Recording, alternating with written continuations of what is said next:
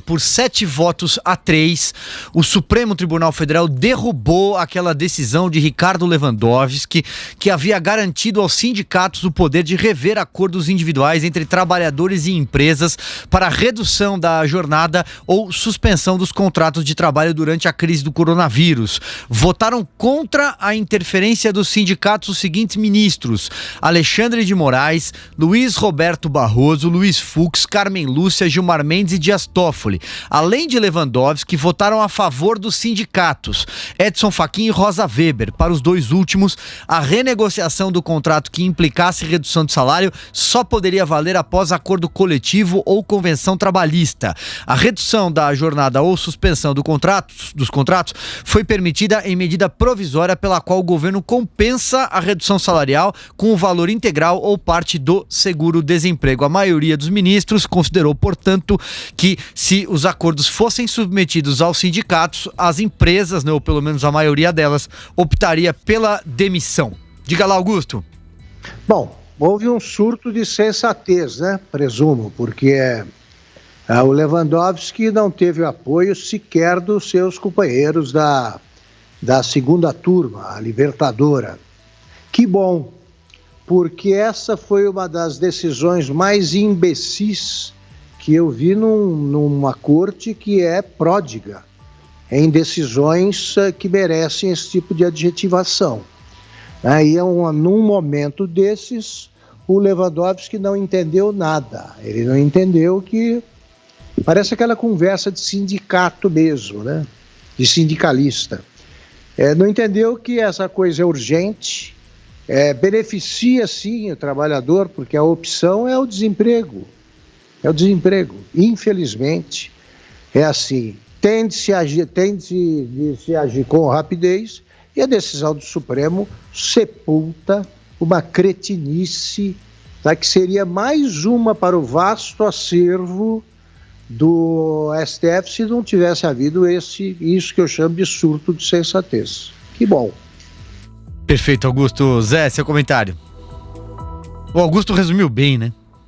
O Silvio, essa medida provisória, ela tem uma novidade, ela dá também estabilidade, que é uma iguaria que poucos têm no Brasil, a tal estabilidade, né? Só servidores públicos que têm estabilidade. É um momento difícil, né? Ainda bem que a gente vê uma movimentação, inclusive, de empresários, né? Não demita. Várias empresas estão aderindo a esse processo de não demita, embora algumas precisam demitir porque o fluxo caiu muito, as vendas e a movimentação. Então, para salvar a empresa, o resto da empresa é preciso fazer contenção, sim. Eu acho que em alguns setores sim, mas há um movimento empresarial no sentido de não demita, né? Isso é muito importante.